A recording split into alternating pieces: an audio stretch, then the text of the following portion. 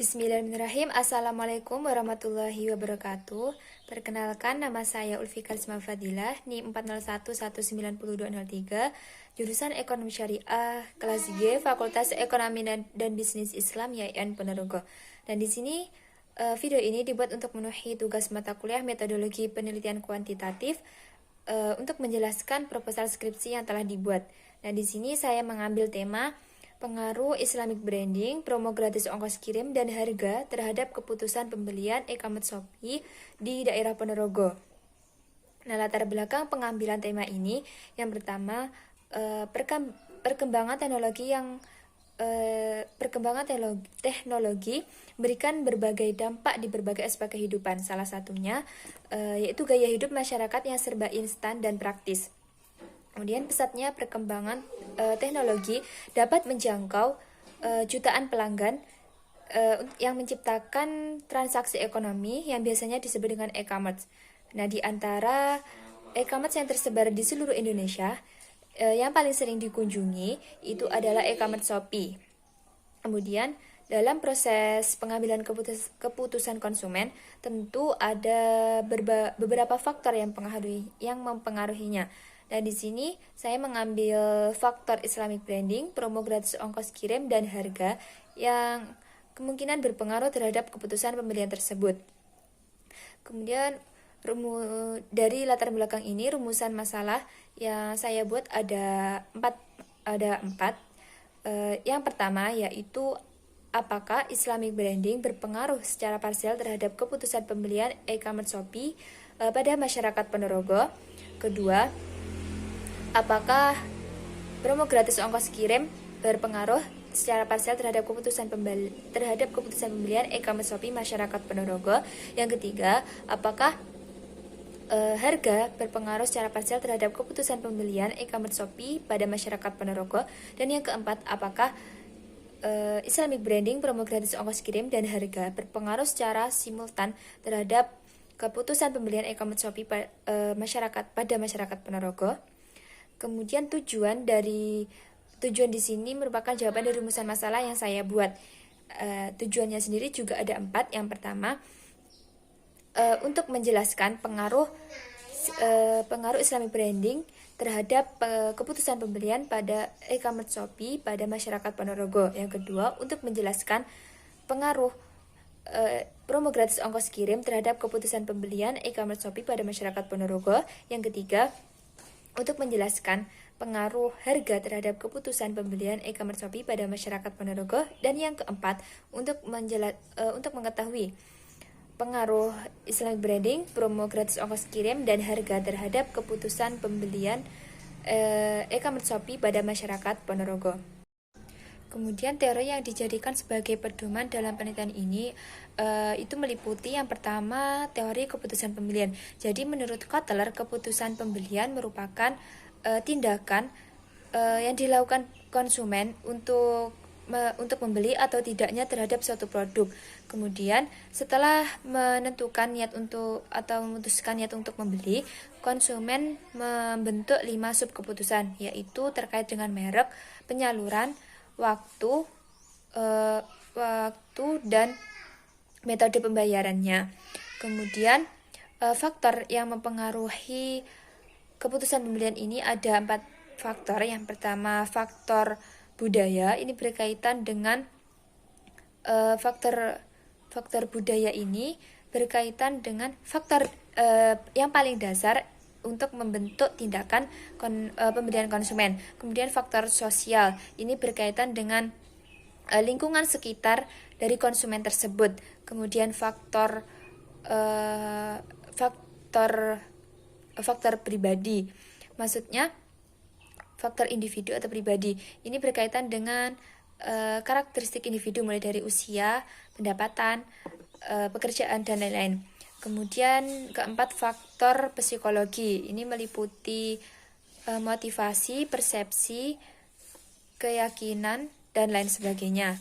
Kemudian indikator yang mempengaruhi keputusan pembelian itu berkaitan dengan kemantapan pada sebuah produk, kemudian kebiasaan dalam beli produk, ketiga rekomendasi kepada orang lain, dan yang keempat uh, rekomendasi kepada orang lain.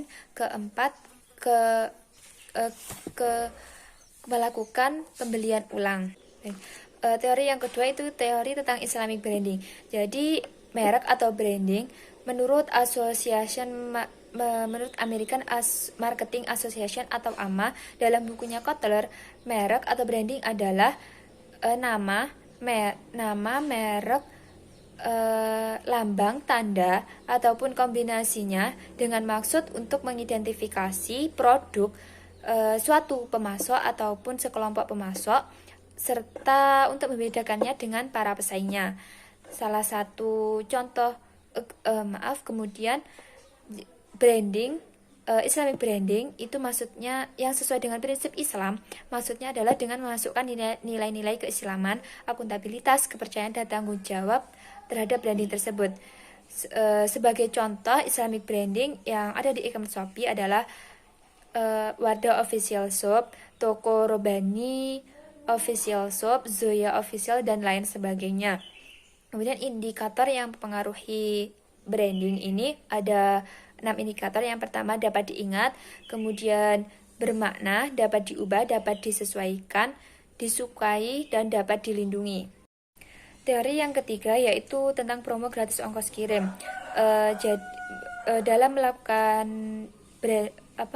strategi branding, e-commerce Shopee itu memberi untuk menarik pelanggan, itu e-commerce Shopee memberikan berbagai penawaran promosi. Salah satunya itu memberikan promo gratis ongkos kirim. Gratis ongkos kirim ini diartikan sebagai salah satu bentuk persuasif dalam dengan penggunaan insentif yang dapat diatur, yang bisa menarik, yang bisa melakukan pembelian secara segera dan bisa meningkatkan penjualan atau meningkatkan pembelian oleh pelanggan. Kemudian indikator yang mempengaruhi promo gratis ongkos kirim ini ada 4. Yang pertama itu gratis ongkos kirim memberikan perhatian, kemudian gratis ongkos kirim menarik konsumen atau memberikan daya tarik. Kemudian yang ketiga, gratis ongkos kirim membangkitkan keinginan untuk membeli, dan yang keempat, gratis ongkos kirim mendorong untuk melakukan pembelian. Kemudian teori yang keempat berkaitan dengan harga. Jadi menurut Kotler, harga merupakan suatu nilai atau jumlah yang ditukarkan oleh konsumen untuk memperoleh barang atau jasa, sehingga konsumen itu memperoleh manfaat dari barang atau jasa yang ditukarkan tersebut, sehingga hal ini menjadi faktor penting dalam membentuk keputusan atau keinginan untuk membeli. Kemudian indikator dari harga ini ada 4 macam. Yang pertama yaitu tentang keterjangkauan harga, kedua kesesuaian harga dengan kualitas produk, ketiga daya saing harga, dan keempat kesesuaian harga dengan manfaat-manfaat yang diperoleh. Untuk yang selanjutnya adalah metode penelitian. Metode penelitian ini meliputi berbagai macam. Yang pertama itu rancangan penelitian. Rancangan penelitian sendiri diartikan sebagai rencana penelitian yang menyeluruh, yang mencakup apa saja tindakan yang akan dilaksanakan oleh peneliti.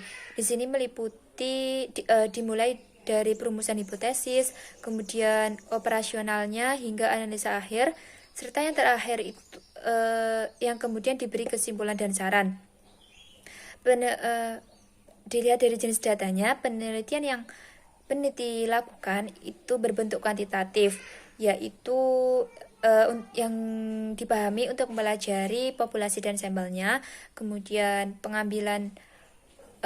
pengumpulan datanya menggunakan instrumen penelitian, kemudian tujuannya itu untuk menguji hipotesis yang sudah ditentukan sebelumnya. Variabel dari penelitian kuantitas sendiri ada 2 macam variabel. Yang pertama variabel independen atau variabel bebas. Ini dan kedua variabel terikat atau variabel dependen. Variabel independen pada penelitian ini meliputi Islamic branding, promo gratis ongkos kirim, dan harga. Sedangkan variabel dependennya atau variabel terikatnya yaitu keputusan pembelian atau variabel terikat. Selanjutnya yaitu lokasi. Lokasi penelitian ini dilakukan di daerah Ponorogo. Pengambilan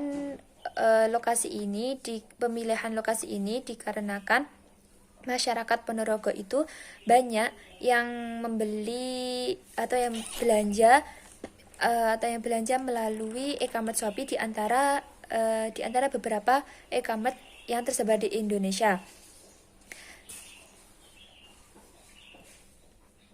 Sehingga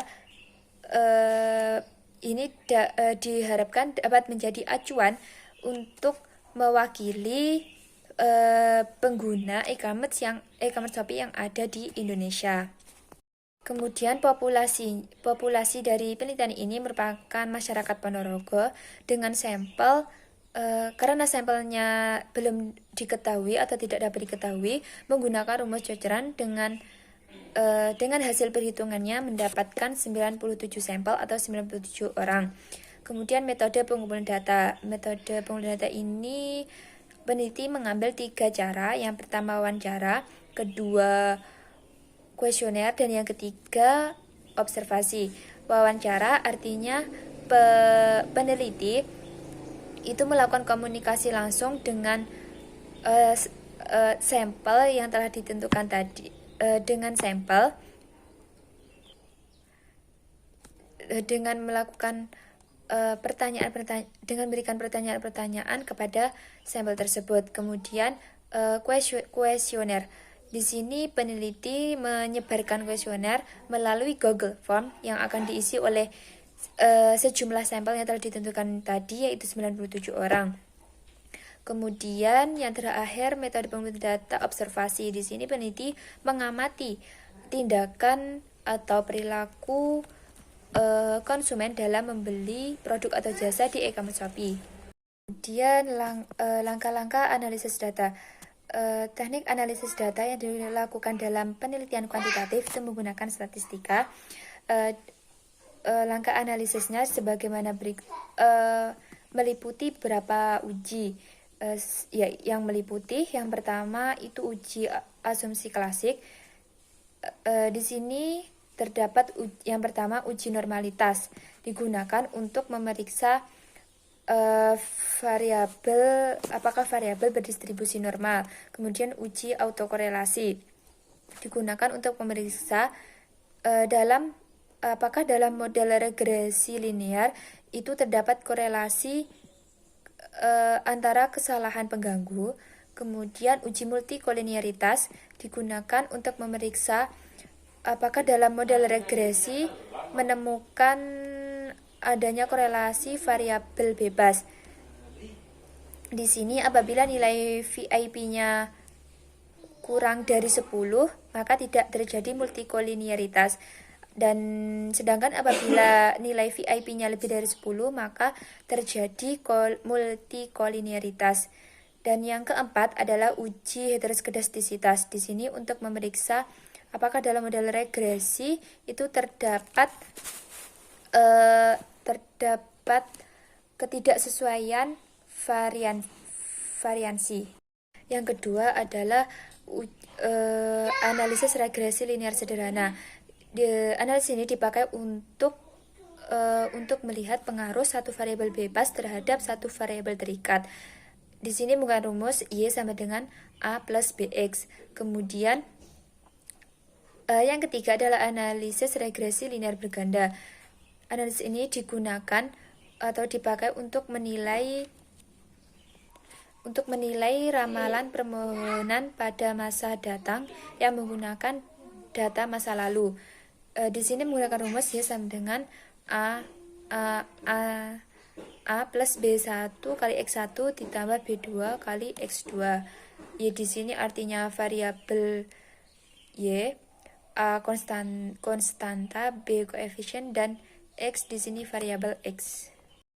Kemudian yang terakhir adalah pengujian hipotesis. Di sini meliputi uji T atau parsial dan uji F atau simultan. Nah, uji T atau parsial ini digunakan untuk menentukan tahap signifikan variabel bebas. Apabila T hitung lebih besar dari T tabel, maka variabel bebas memiliki pengaruh secara signifikan terhadap variabel Y. Dan apabila T hitung lebih kecil dari T tabel, maka variabel bebas tidak memiliki pengaruh terhadap variabel Y. Jadi pengambilan keputusannya, apabila nilai signifikannya lebih besar dari 0,05, maka H0 diterima. Dan apabila nilai signifikasinya kurang dari 0,05, maka HO ditolak. Kemudian untuk uji F atau simultan digunakan untuk menilai dampak variabel independen sebagai populasi dari variabel dependennya. Di sini apabila F hitung lebih besar dari F tabel, maka H0 diterima. Jadi variabel bebas itu tidak memiliki pengaruh yang secara bersama-sama tidak memiliki pengaruh yang signifikan terhadap variabel Y. Kemudian apabila F hitung lebih kecil dari F tabel, maka H0 ditolak. Jadi apabila variabel bebas secara simultan atau secara bersama-sama memiliki pengaruh yang signifikan terhadap variabel Y. Mungkin cukup sekian apa yang dapat saya sampaikan. Apabila ada kurang lebihnya, saya mohon maaf yang sebesar-besarnya. Akhirul kalam, bila taufiq walhidayah. Wassalamualaikum warahmatullahi wabarakatuh.